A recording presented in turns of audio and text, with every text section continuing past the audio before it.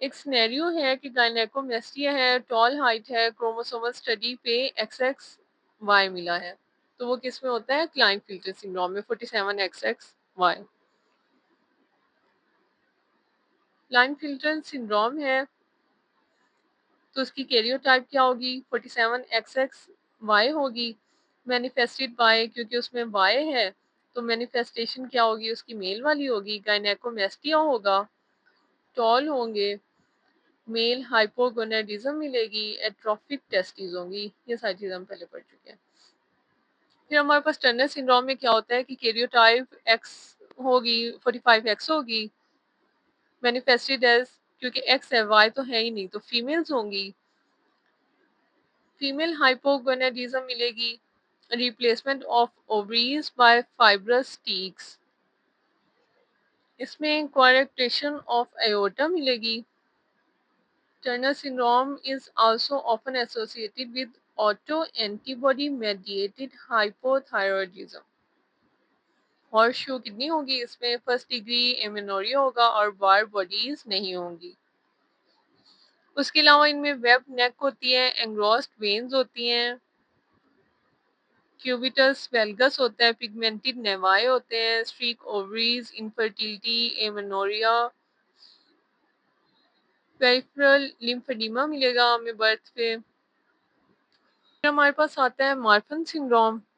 अब जो Marfan syndrome है ये हमारे पास ऑटोसोमल डोमिनेंट होता है, टिश्यू डिसऑर्डर है जिसमें डेफिशिएंसी होती है फिब्रिलिन की। बेसिकली इसमें क्या होता है कि FBN1 जीन है जिसमें म्यूटेशन होती है, ठीक है। इसमें FBN1 जीन में म्यूटेशन होगी तो उसने एनकोड करना होता है एक प्रोटीन को, दैट इज कॉल्ड फिब्रिलिन। फिब्रिलिन जो है वो इलास्टिक फाइबर्स कनेक्टिव टिश्यू में बनाती है, ठीक है। तो ये बेसिकली एक कनेक्टिव टिश्यू डिसऑर्डर है। इसमें क्या होगा, जो स्केलेटल है इसमें क्या होगा कि टॉलनेस होगी, पेशेंट थिन होगा, हाइपर एक्सटेंसिबल जॉइंट्स होंगे, स्पाइडर लाइक फिंगर्स होंगे, जिसे हम क्या कहते हैं? अरेक्नोडेक्टाइल। विजुअल डिस्टर्बेंस होगी, ectopia lentils, dislocation of lens, cardiovascular में आयोटिक डाइसेक्शन, सारे जो हैं इसमें सारे ही कनेक्टिव टिश्यू डिसऑर्डर हैं। क्या क्या? आई से स्टार्ट करते हैं, एक्टोपिया लेंटिस या डिसलोकेशन ऑफ लेंस, उसके बाद हम लिम्स पे आ गए, hyper extensible joints, spider like fingers, tall thin, फिर कार्डियोवास्कुलर पे आ गया जिसमें आयोटिक डाइसेक्शन आ गया, ठीक है। अब इसके हम एमसीक्यूज देख लेते हैं। What is related to Marfan syndrome in 30-year-old man? Inherited deficiency of fibrillin, it comes as,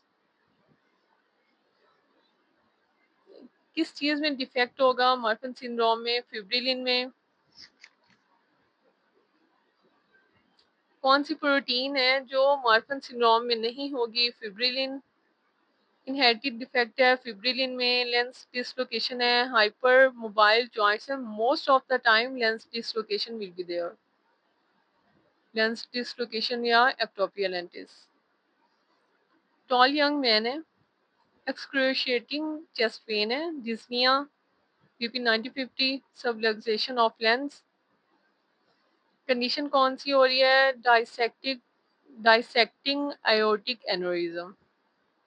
sudden excruciating जब पेन होगी, टेयरिंग चेस्ट पेन होगी, डिसलोकेशन ऑफ लेंस हो रहा है, बीपी उसका ड्रॉप कर गया है, हार्ट रेट इंक्रीज कर गया है, तो कॉज ऑफ चेस्ट पेन क्या होगी? Dissecting aortic aneurysm. वैसे ये सारा कुछ हो मार्फन सिंड्रोम की वजह से रहा है, लेकिन अभी जो चेस्ट पेन है उसकी रीजन क्या है? वो डाइसेक्टिंग आयोटिक एनोरिज्म है। पेशेंट है with mid systolic murmur, echo पे leaflet of mitral valve displace upward, aortic insufficiency, lens dislocation defect कहाँ पे है? फिब्रिलिन में। अब कुछ क्लाइंट फिल्टर सिंड्रोम के सिनेरियोस देख लेते हैं। उसमें क्या होता है? 47 XXY होता है, होता क्यों है कि एक एक्स्ट्रा एक्स क्रोमोसोम की वजह से। इसमें हमें क्या मिलता है? गायनेकोमेस्टिया मिलता है। क्लाइनफिल्टर सिंड्रोम है, उसमें क्या होगा? गायनेकोमेस्टिया। क्लाइनफिल्टर सिंड्रोम में लीडिंग सेल्स हाइपरप्लेजिया होता है। क्यों हो रहा है? इंक्रीज एलएच की वजह से। ठीक हो गया। मेल आया है ओपीडी में, गायनेकोमेस्टी है, कोई ड्रग की हिस्ट्री नहीं है, एजोस्पर्मिया है, अनडिवेलप्ड अंडर डेवलप्ड टेस्टिस हैं, जेनेटिक कॉन्फ़िगरेशन XXY है, डायग्नोसिस क्या होगा? Klinefelter syndrome. स्मॉल टेस्टिस हैं, गायनेकोमेस्टिया है, तो क्या होगा? लाइनफिल्टर सिंड्रोम था, उसमें कैरियोटाइप क्या होगी? 47XXY। 25 year old pregnant women है, एमनियोसेंटेसिस पे कैरियोटाइप 47XXY मिला है, क्या होगा? Klinefelter syndrome, small testis gynaecomastia, elongated body gynaecomastia.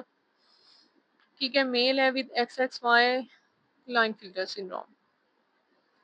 अब हम टर्नर सिंड्रोम की कुछ एमसीक्यूज देख लेते हैं। एडिमा है on the dorsum of hand and Knapp of neck.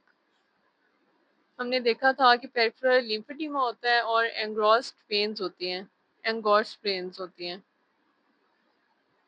Turner syndrome, oedema है ऑन द डोर्सम ऑफ, ये फिर वही आ गया। टर्नर सिंड्रोम में क्या होगा? हेमीजाइगस एक्स क्रोमोसोम होगा। पेशेंट है, उसका कैरियोटाइप एक्स नॉट है, तो क्या कौन से फीचर्स होंगे उसमें? Gonad, distances and streak ovaries. Turner syndrome में स्ट्रीक ओवरीज होंगी, शॉर्ट स्टैचर होगा, स्टंटेड ग्रोथ इसका मेन फीचर है, शॉर्ट स्टैचर, वेब नेक। सिस्टिक हाइग्रोमा किसके साथ एसोसिएटेड होगा? टर्नर सिंड्रोम के साथ। सिस्टिक हाइग्रोमा बेसिकली क्या होता है?